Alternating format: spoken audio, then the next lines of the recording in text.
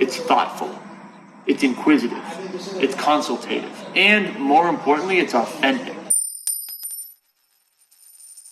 What is it that you're doing that's not bringing people in, but actually could sort of be pushing people away? You're a young salesman. Young salesmen in general, even though they don't mean to, come off desperate. I looked at some of my old emails recently from 2010 and 2009 when I started in this business, and the emails were comical. You don't want to miss this great opportunity. Buy it now. Easy as 1, 2, 3. We'll make 10 grand. Just partner with me. Just buy this deal. It reeks of desperation, but you don't know it. And when I started sales at WB Mason, one of the things that I realized was that we had a lot of young guys who had a goal to drop catalogs off at businesses. No tactical skills, no sales skills, but the goal was to leave the warehouse with catalogs and go door to door and drop catalogs off. What I realized after about 6 months to a year was that for some reason, I was not dropping off 40 to 50 catalogs a day. Yet my business was growing far faster than my peers who I started with.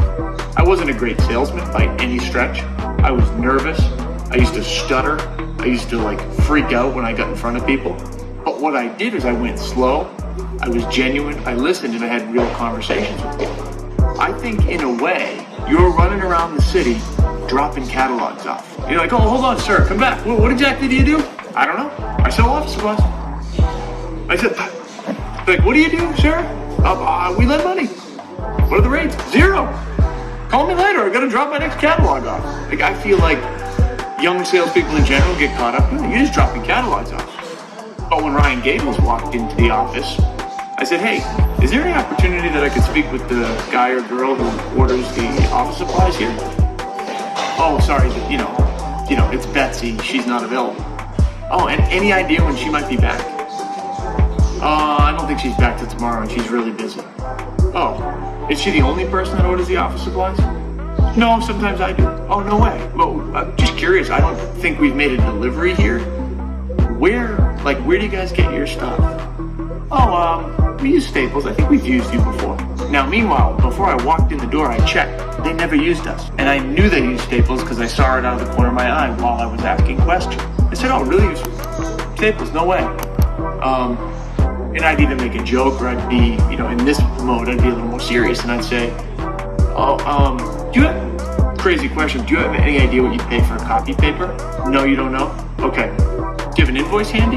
Actually, I do. We just got it delivered the other day. Cool. I don't want to kind of overreach here, but is there any chance I could take a look at the invoice? And I see they pay $23.99. Well, just throwing it up, we're $19.99 for copy paper, and we're generally 20 to 30% less than kind of all of our competitors. We're local. Once I make this, sale to you or you start using us, you actually have me, same customer service rep, and the same driver. So it's not just some random rep at the Staples office in Boston and, some random driver who's just dumping stuff off today and it's a different driver next week. It's truly a team. And I think that's why we're delivering to your neighbor over there. And that's why we're delivering to, Chris over here and Stuart over here and Denise over here. That's why we're delivering everybody. It's a team. So if I'm annoying you, I apologize. But if you like me, I'm here. You don't get the copy paper on time or the pricing's wrong on that invoice? Oh, call me. I will fix it immediately because I want to earn you business. Is there any chance maybe can I get a copy of that invoice and I'll follow up with an official quote?